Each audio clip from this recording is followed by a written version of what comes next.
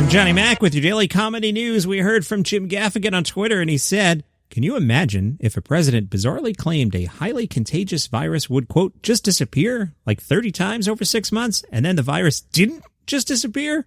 Nobody in their right mind would vote to reelect that level of incompetence. Jim is not backing down on this. Should be fun to watch. Conan O'Brien tweets, I didn't have restoring democracy in my NBA playoff bracket. Bob Saget said, I got my penis caught in a mailbox today. Guess I just got too excited I found one. Kostaki Economopoulos says the only thing worse than paying LA rent while LA is closed. Mark Norman says it feels like America needs a software update and we all keep hitting a remind me later. And Ricky Gervais reminds you, laugh at whatever you find funny. Don't laugh at things you don't find funny. It's really simple. There's no argument. From Deadline, it's the Michelle Obama comedy special. Sure, why not? Michelle Obama and her When We All Vote organization will collaborate with ATTN, which is like attention, I guess, to bring some comedy to lead up to the 2020 election. Per the announcement, the comedy special is called VOMO, Vote or Miss Out. It's hosted by Kevin Hart. Among those scheduled to appear, Tiffany Haddish, Will Ferrell, Jay Leno, Tim Allen, and Whitney Cummings. Beth Stelling spoke to Splitsider, and they wrote, early in her comedy career, Stelling told Splitsider that she thought it was, quote, easy being a girl in the stand-up comedy scene, quote, because it's all a bunch of white dudes and they have to work harder to be different. She now explains it was like wishful thinking or projection on her part. I got asked that question all the time when I was coming up, and I didn't want women to be scared to start. I wanted it not to be hard. I wanted not to be asked about it. I wanted to feel like, no, it's easy. I love it, even if that wasn't always the case. With her new special out, she thinks it's very possible that she was the last comedian to film a special before everything shut down. She said, the following weekend, I was supposed to do some shows in St. Louis, and it was down to the wire whether I was going to show up that night. At first, I was like, yeah, I'll be there, of course. And she hasn't performed in front of a live audience since. She said, I remember leaving the stage after the second taping and people were high-fiving me. And then a guy in the last row put his elbow out and I was like, Corona? And he was like, yeah. I had no clue what was to come. She hasn't been attending shows herself lately. She says, I've been avoiding shows at all costs. I was ready for a break because I just filmed the special. So I was relieved that I wanted to take a break after getting this hour done. Then everybody else had to as well. Then cut to week one and comics are like, I bought a green screen. And I was like, oh no, I thought we were supposed to rest. So that was annoying me, but only in that sort of driven way where it's like, come on guys, let's all be lazy together. Amen on that. Like, don't you hate like the people that like start emailing work stuff on like 9 p.m. or like Sundays? Like, relax, everybody, stop. But only in that sort of driven way where it's like, come on, guys, let's all be lazy together. Doesn't mean that I'm not going to do a digital show. I just think it's not the same, and I don't want to put people at risk. I don't mean to shit on other comics that are out there touring and be mad at them, but it's hard not to feel like you're ruining it for all of us. Cool for you that you're out there, but I guess I'm going to be in here longer now. I guess we will not be seeing her in a parking lot.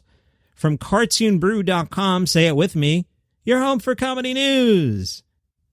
The recent news that Ren and Stimpy is being revived to Comedy Central has resulted in a protest that is coming from Robin Bird. She has accused the creator of Ren and Stimpy, John Kricfalusi, of abusing her when she was underage. She's launched a petition calling for Viacom CBS to reverse course on the reboot. So far, it has 11,000 signatures. She says the difference between a reboot and watching old episodes is a big one. We can't erase Ren and Stimpy, but we don't have to popularize it all over again and bring new attention to its creator. I don't care if people want to watch the old shows, but a new one isn't an appropriate way to spend young artists' times. I think young people, marginalized voices especially, should be who the execs are listening to. From the New York Post, HBO has pulled a comedy special from British comedian James Vich. Why? A slew of rape and sexual assault allegations. He's also been dropped by his agent and is set to be edited out of a Quibi series that he was hosting. The allegations were laid out in a long-form story published Tuesday by The Hollywood Reporter's Kim Masters. Vich's special, James Vich Straight to VHS, launched on HBO Max just a few weeks ago.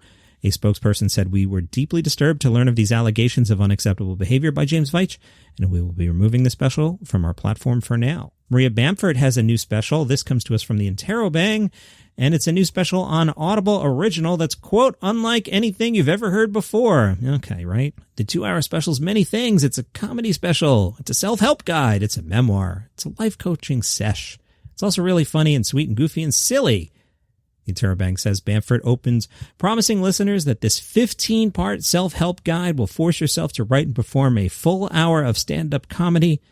And that is the framing of the 2-hour guide. But ultimately, it's not about how to perform comedy. It's how to stop putting stuff off and be creative. If you ever find yourself doing anything to avoid working on that thing you call your passion, this one is for you. That is not for me. I will not be listening to that one. Also from the New York Post, which now apparently is the hotbed of comedy news, other than this podcast, of course. My former coworker, Jamie Foxx. What's up, Foxx? He's getting a comedy series from Netflix. It's called Dad, Stop Embarrassing Me. It's a multi-camera series, and it's inspired by his relationship with his daughter, Corinne. He and Corinne are very close, by the way.